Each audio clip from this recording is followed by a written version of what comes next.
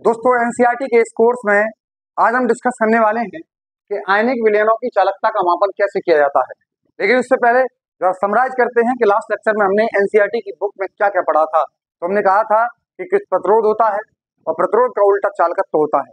चालकत्व में एक विशिष्ट चालकत्व को चालकता नाम दिया था और विशिष्ट प्रतिरोध को प्रतिरोधकता नाम दिया था। फिर हमने जब चालकत्व की बात करी थी हमने दो प्रकार से बात करी थी, एक तो थे इलेक्ट्रॉनिक चालक और एक थे वैद्युत अपवर्तक चालक। यही आयनिक चालक के बारे में बात करें तो जब भी आयनिक चालक के बारे में बात करते हैं तो हमने कहा था कि जो आयनिक चालक हैं वो वैद्युत अपवर्तक पदार्थ डालने पर किसी विलायक में वो आयनों में टूट जाते हैं, इससे इसकी चालकता आने लगती है। अब जब बात करते हैं इनकी चालकताओं पे तो इनकी चालकता किन किन बातों पर निर्भर करती थी हमने डिस्कस किया था। हमने कहा कि ये वैद्युत अपवर्तक की प्रकृति पर निर्भर करता है कि यानी कि जो हम पदार्थ मिला रहे हैं वो पदार्थ क्या मिला रहे हैं, तो हमने उसमें KCl NaCl क्या मिलाया उसके ऊपर डिपेंड करता है। दूसरा उस पर कितनी मात्रा मिलाया इस बात पर डिपेंड करता है। साथ में ये भी डिपेंड करता है कि किस विलायक के अंदर इसमें डाल रहे हैं और साथ में जो सबसे महत्वपूर्ण था इस पर भी डिपेंड करता है कि ताप बढ़ाने पर इसकी चालकता बढ़ जाती है। लेकिन इलेक्ट्रॉनिक चालक के बारे में जब भी बात करते हैं तो इलेक्ट्रॉनिक चालक के अंदर ताप बढ़ाने पर चालकता घट जाती है। ये बहुत खास अंतर है इन दोनों के अंदर। इलेक्ट्रॉनिक चालक की जब हम डिस्कस कर रहे थे लास्ट क्लास के अंदर तो हमने कुछ 3 साइंटिस्टों के नाम बताए थे। उन्होंने एक ऐसे इलेक्ट्रॉनिक चालक की खोज करी थी जो ना तो धातु है न मिश्र धातु है। पहले जो समझा जाता था कि धातु और मिश्र धातु ही अति चालक हो सकते हैं, लेकिन बाद में पता चला वो 3 साइंटिस्ट जो थे मैक पिरामिड और सीर कावा, तो इस तरीके से इन लोगों ने बहुत ही ज्यादा उपयोग करने वाली चीजें ज्ञात करी थी जिससे इन्हें नोबेल पुरस्कार मिला था। तो आज हम डिस्कस करने वाले हैं कि आयनिक विलयनों की चालकता का मापन कैसे करते हैं। इससे पहले आयनिक विलयनों की चालकता में कुछ और पढ़ सकते हैं। कुछ एक लाइन है, इसको समझिए कि लंबे समय तक किसी भी आयनिक विलयन में अगर हम दिष्ट धारा प्रवाहित करेंगे तो वैद्युत रासायनिक अभिक्रियाओं होने के कारण इनका संगठन परिवर्तित हो सकता है, यानी कि इनका संगठन बदल जाएगा अगर आयनिक चालक में हम दिष्ट धारा प्रवाहित करेंगे तो इससे इनमें जो संगठन बदल जाएगा। लेकिन जो इलेक्ट्रॉनिक चालक हैं उनमें संगठन नहीं बदलता है तो उनके साथ कोई समस्या नहीं थी। तो अब इस आयनिक विलयनों की चालकता का मापन कैसे करते हैं उसको समझते हैं जरा। तो हम जानते हैं कि एक व्हीटस्टोन ब्रिज होता है, एक व्हीटस्टोन ब्रिज होता है जो फिजिक्स के अंदर अज्ञात प्रतिरोध ज्ञात करने के काम में आता है। तो व्हीटस्टोन ब्रिज के द्वारा किसी अज्ञात प्रतिरोध को ज्ञात कर सकते हैं, उसका सही मापन कर सकते हैं। किंतु किसी आयनिक विलयन के प्रतिरोध का मापन में हमें 2 समस्याएं आती हैं, यानी कि जो व्हीटस्टोन सेतु है उससे जब हम प्रतिरोध ज्ञात करते हैं तो वहां पे हमें 2 समस्याओं का सामना करना पड़ता है। वो 2 समस्याएं क्या क्या है दोस्तों? तो पहली समस्या ये है कि दुष्ट धारा प्रवाहित करने से उसका संगठन बदल जाएगा, जैसा अभी अभी हमने पढ़ा है। अब दूसरी समस्या क्या है कि इससे धात्विक तार थोड़ी है ये कोई क्या है, धात्विक तार नहीं है। अगर ये धात्विक तार नहीं है तो इसको जोड़ेंगे कैसे? अगर ये धात्विक तार नहीं है तो इसको कैसे जोड़ेंगे? तो पहली समस्या का समाधान जो करते हैं वो प्रत्यावर्ती धारा का प्रयोग करके करते हैं। पहली समस्या का समाधान कैसे करते हैं? प्रत्यावर्ती धारा का प्रयोग करके। और दूसरी समस्या का जो समाधान है वो एक विशेष प्रकार के डिजाइन किए हुए पात्र से करते हैं। यानी कि जो 2 समस्याएं हैं उनमें से एक समस्या दिष्ट धारा की है, दूसरी समस्या की उस आयनिक विलयन को तार के रूप में कैसे जोड़ें। तो पहली समस्या का समाधान AC का यूज करके करते हैं और दूसरी समस्या का समाधान एक विशेष प्रकार के डिजाइन करे हुए उपकरण से करते हैं। और यहाँ पर जो चित्र है इस पात्र में को ही जो हम डिजाइन बना रहे हैं उस डिजाइन को ही हम क्या कहते हैं, चालकता सेल कहते हैं। उन चालकता सेल के चित्र इन 2 किताब में ये जो दे रखे हैं, ये 2 चित्र हैं, इसके बारे में हम समझें। तो इसमें क्या क्या होता है जरा देखिए। तो इसमें प्लेटिनम ब्लैक होता है, यानी कि प्लेटिनम की छड़ होती हैं, सूक्ष्म विभाजित होती हैं और वैद्युत रासायनिक विधि द्वारा इलेक्ट्रॉनों पर डिस्ट्रीब्यूट किया जाता है। इनको कुछ इलेक्ट्रोड्स बना दिए जाते हैं प्लेटिनम को। दूसरा कि इनका जो क्षेत्रफल है, अनुप्रस्थ काट का क्षेत्रफल इन प्लेटों का कितना है, A है, और इनके बीच के जो गैप है वो इन दोनों के बीच का गैप L मान लेते हैं, L लेते हैं। अब इसके बाद इस विलयन को इस कॉलम का प्रतिरोध निम्न के समीकरण द्वारा ज्ञात किया जा सकता है। तो जैसे अगर इस विलयन का प्रतिरोध अगर ज्ञात करना हो तो इस विलयन के प्रतिरोध को हम क्या ज्ञात कर सकते हैं, R = ρ × L/A। इस फॉर्मूले के द्वारा इसका प्रतिरोध ज्ञात किया जा सकता है। L पता है, एरिया पता है और रो को हम विशिष्ट प्रतिरोध के बारे में बात कर रहे हैं। अब जरा देखिए और क्या इसमें आगे समझ सकते हैं। ये जो L है, एल अपॉन ए जो वैल्यू है इसको सेल स्थिरांक के नाम से इन्होंने डिफाइन किया है, जिसका प्रतीक जी स्टार है।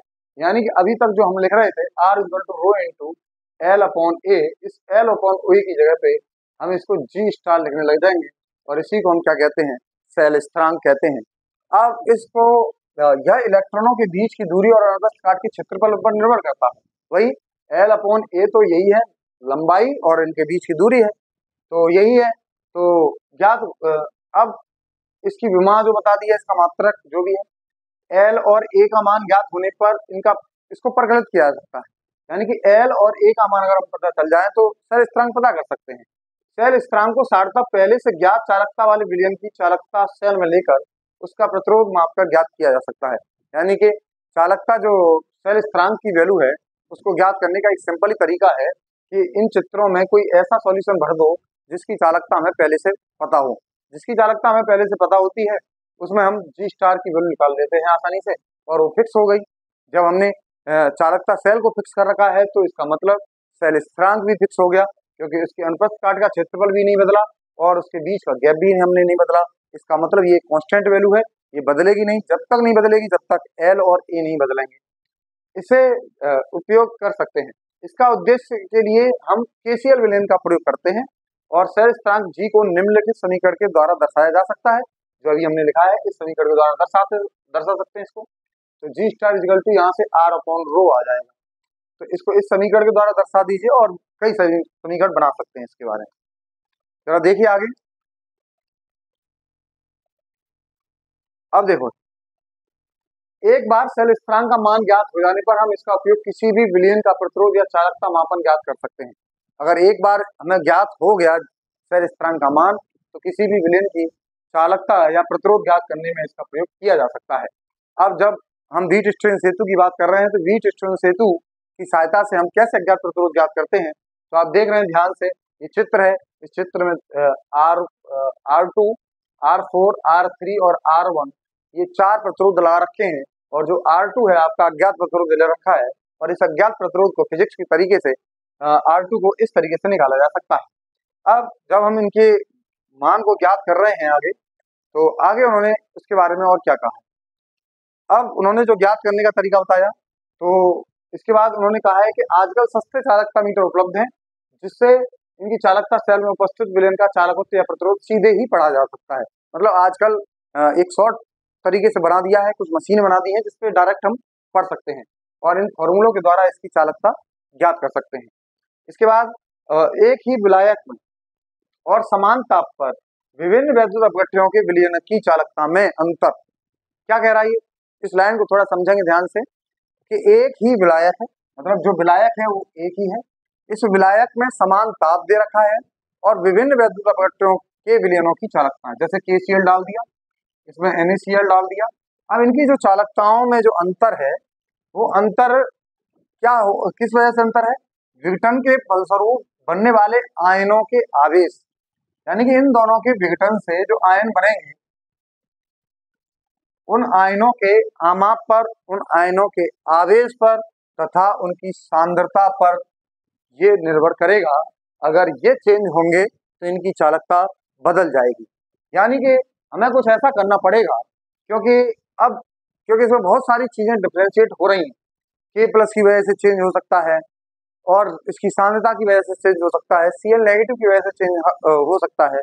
इसलिए हम एक ऐसी चालकता को डिफाइन करना चाहेंगे जिसमें इतने ज्यादा चीजें चेंज ना हो रही हों। तो उन्होंने कहा था हम भौतिक रूप से एक अधिक अर्थपूर्ण राशि को परिभाषित करने के लिए की आवश्यकता है। क्या आवश्यकता है हमें, जो अर्थपूर्ण है, यानी कि यहाँ पर हम जो चालकता ज्ञात करेंगे उसमें हर चीज का एक फैक्टर है, आयन का आवेश भी फैक्टर है, उसका आमाप भी फैक्टर है, उसका कई सारी चीजें फैक्टर हैं। तो हम क्या करते हैं कि कुछ एक ऐसा अर्थपूर्ण और अधिक अर्थपूर्ण राशि के बारे में बात करेंगे और नया शब्द लेके आएंगे।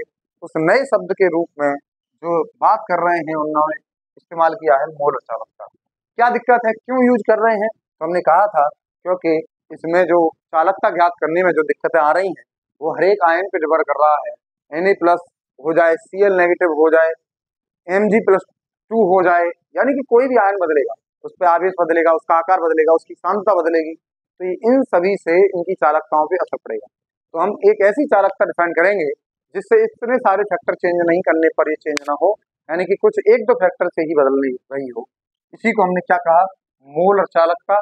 और मोलर चालकता को डिस्कशन करने के लिए हम मोलर चालकता की परिभाषा पढ़ेंगे कि मोलर चालकता को किस प्रकार परिभाषित किया जाता है। तो मोलर चालकता क्या है, इसके बारे में हमें डिस्कशन करना है।